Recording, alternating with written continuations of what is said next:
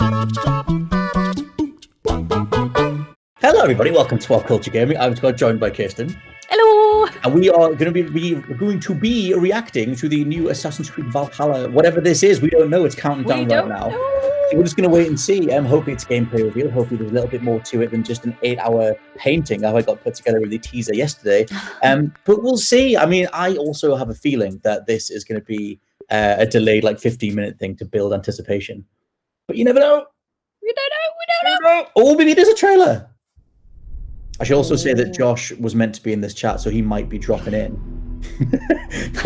They are heartless.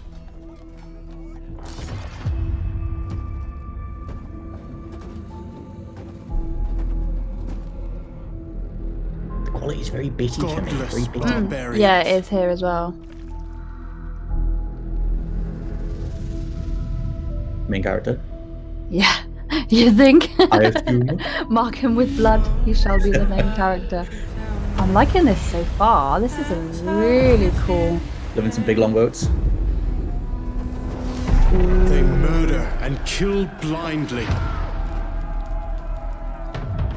Shove on, mate. Go on. Out you get. They scar the lands of England.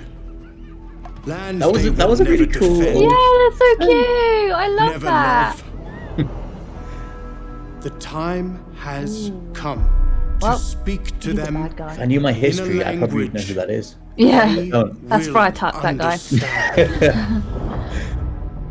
We all know him. Oh, he's got one of those rubber stamps. He's an evil man. Yeah, you can tell he's all gaunt and got to be evil. He looks like James Franco. I was going to think maybe a little cheeky bit of gameplay, but I think it's all going to be CG.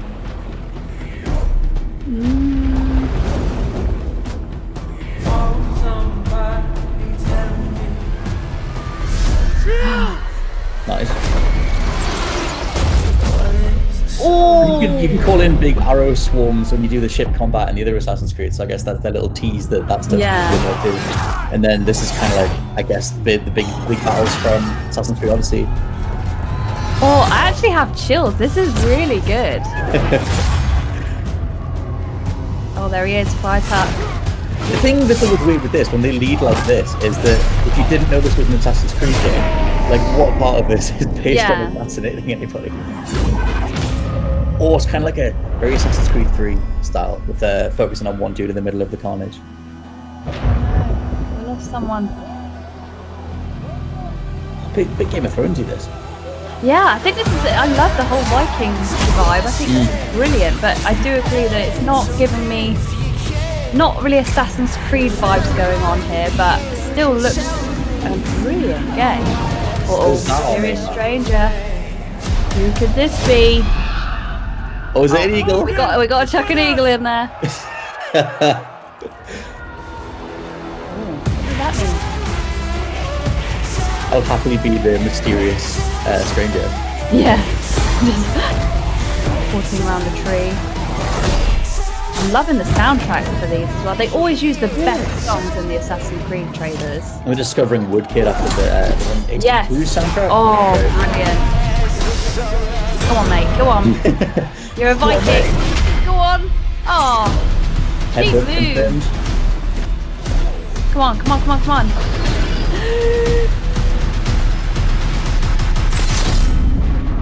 Oh! That was a what?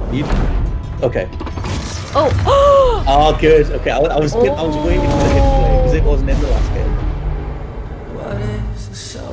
It is about time it came back. Dude, I actually have major chills. That was a brilliant trailer. That's pretty cool. Holiday 2020, so it's still coming later this year. I mean, we've been waiting to know what the hell they're going to do in terms of how much everything going around the world is going to affect their production and stuff like that.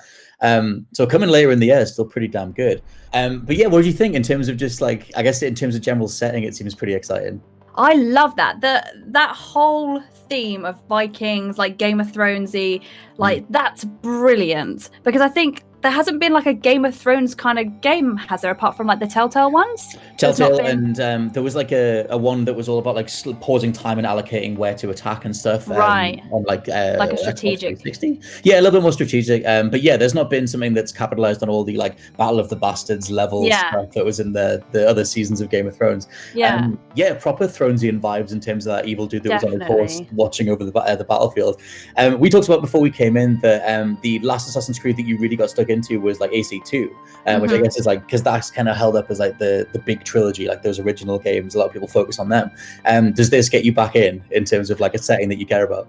Yeah, I think so, because I think that after even after the first one, to be honest, like Assassin's Creed 2, it did start to kind of go down very samey, and the whole point of like Assassin's Creed is obviously there is supposed to be assassins. That's the only thing I would say about this. I'm not getting that assassin vibe, but I'm not mad at it though. The whole Viking thing is a brilliant way to go down, because they did that with Black Flag, where they kind of went more like down the pirate route and that sort of era, which was good. And I think that's where they can keep it like relative, is by not just going, oh well, this is Altair or Ezio, we'll just keep following them for friggin' ages, because it does just get a bit boring. So they did it well by changing it to Black Flag, but that just didn't really appeal to me. But this, like I said, like I had chills. Like the music was brilliant. I love the setting. It's very Games of Thronesy. Vikings and stuff like that have always been a huge interest to me. I love all that sort of stuff. Shout out to How to Train Your Dragon. But yeah, I'm loving this.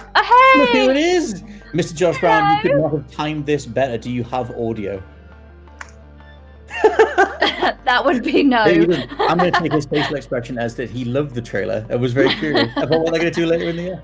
But yeah, kind of the same thing for me. I think that if they're going to do, like, they're going to pick a different setting that has an immediate appeal to it. The Viking stuff was something that was rumored or kind of shown in some teaser stuff last year. And the rumored title was Assassin's Creed Ragnarok, and like they were going to go into all this Norse mythology stuff and things that are more over the top. But yeah, the thing that throws me off a little bit in terms of it just being like an Assassin's Creed game is showing like the large scale battle stuff, because that was what they brought in Odyssey, where that game just became more just full on action. And I guess it's just like, do you want, I don't know, does that stuff even appeal in like an Assassin's Creed game, or would you rather it was in something like a For Honor or like a Dynasty Warriors?